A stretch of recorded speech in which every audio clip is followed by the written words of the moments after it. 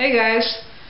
So I've been cosplaying for about a year now. One of my favorite materials to work with is papier-mâché because it's super cheap, it's pretty easy to work with, and it's really solid.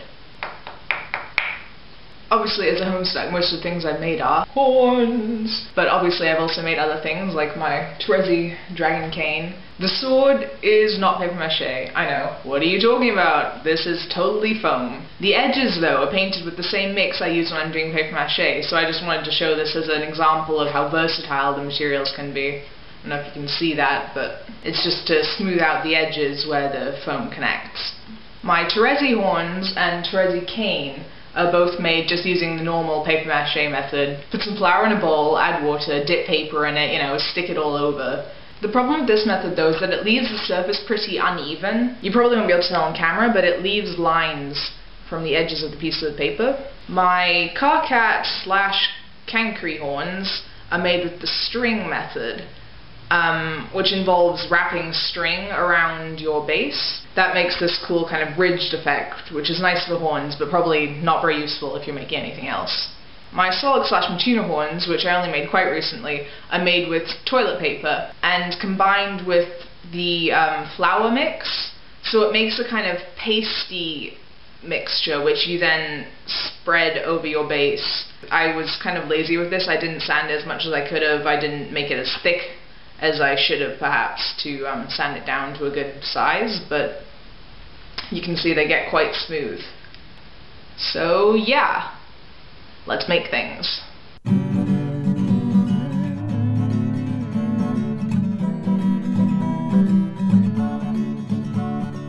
So the first thing we're going to need is the actual papier-mâché mixture. When you made craft projects in first grade, you probably just took some flour, mixed it in with the water, and then went to town.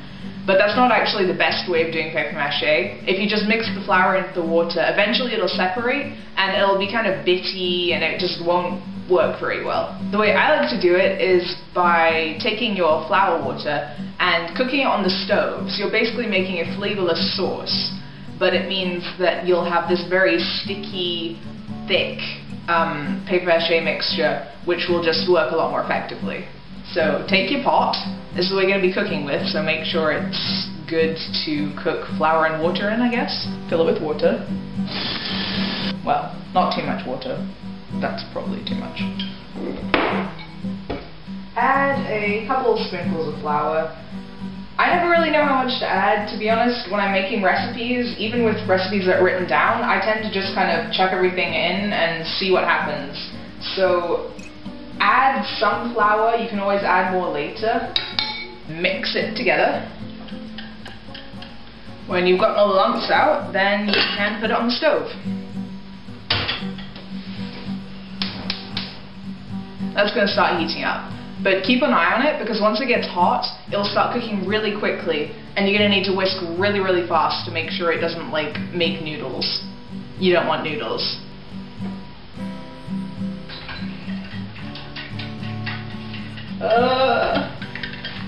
And I wasn't stirring fast enough, and now it's starting to turn into noodles. See, it gets really thick fairly quickly. That's actually probably good enough. You can see it's really thick and blobby. You might not want it that thick if you just want to be dipping your paper into it, but for mixing with the toilet paper, this might actually be ideal. Which brings us to our next step. So next, you're going to need your toilet paper. Want to rip off a few sheets of it, just enough so that you're going to have a decent body of paper to be building whatever you're making with it. You want to soak it in water until it's kind of coming apart a bit. Now, I've never tried this before. Last time I just kind of mashed it up with a spoon, but it didn't get quite as fine as I wanted it to. So we're going to try putting it in the blender and hope it doesn't break anything.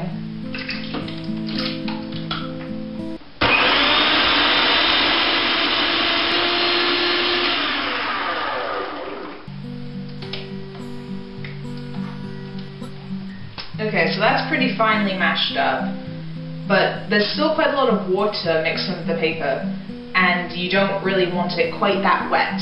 So we're going to take it back out, put it back in the bowl, and we're going to squeeze the water out of the paper. Let's do this by the sink. So what we're left with is a bowl of stuff, which is mostly paper here. See, it's all shredded nicely. Now what we're going to do is mix that with the papier-mâché mixture.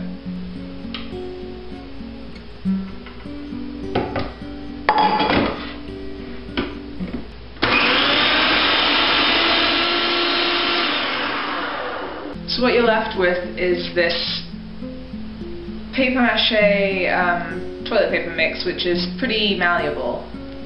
You can't use it quite like clay, of course. It's a bit soft for that.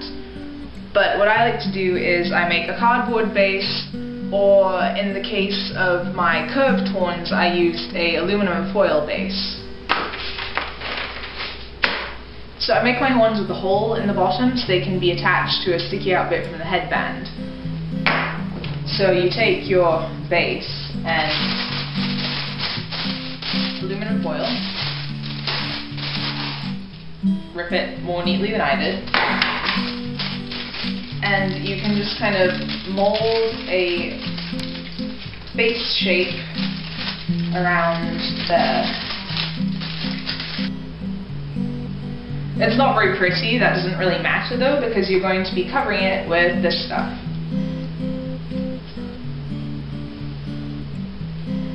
You can't put very much on at once because, like I said, it's not like clay. You're going to have to do layers, maybe about to here, a couple centimeters, and then let it dry. I advise you don't layer it too thickly because this is very wet. It's got flour in it, which means it's kind of foody, and if it doesn't dry fast enough, it'll start going moldy. If it does go moldy, try painting it with a bit of bleach. Watered down, don't use concentrated bleach.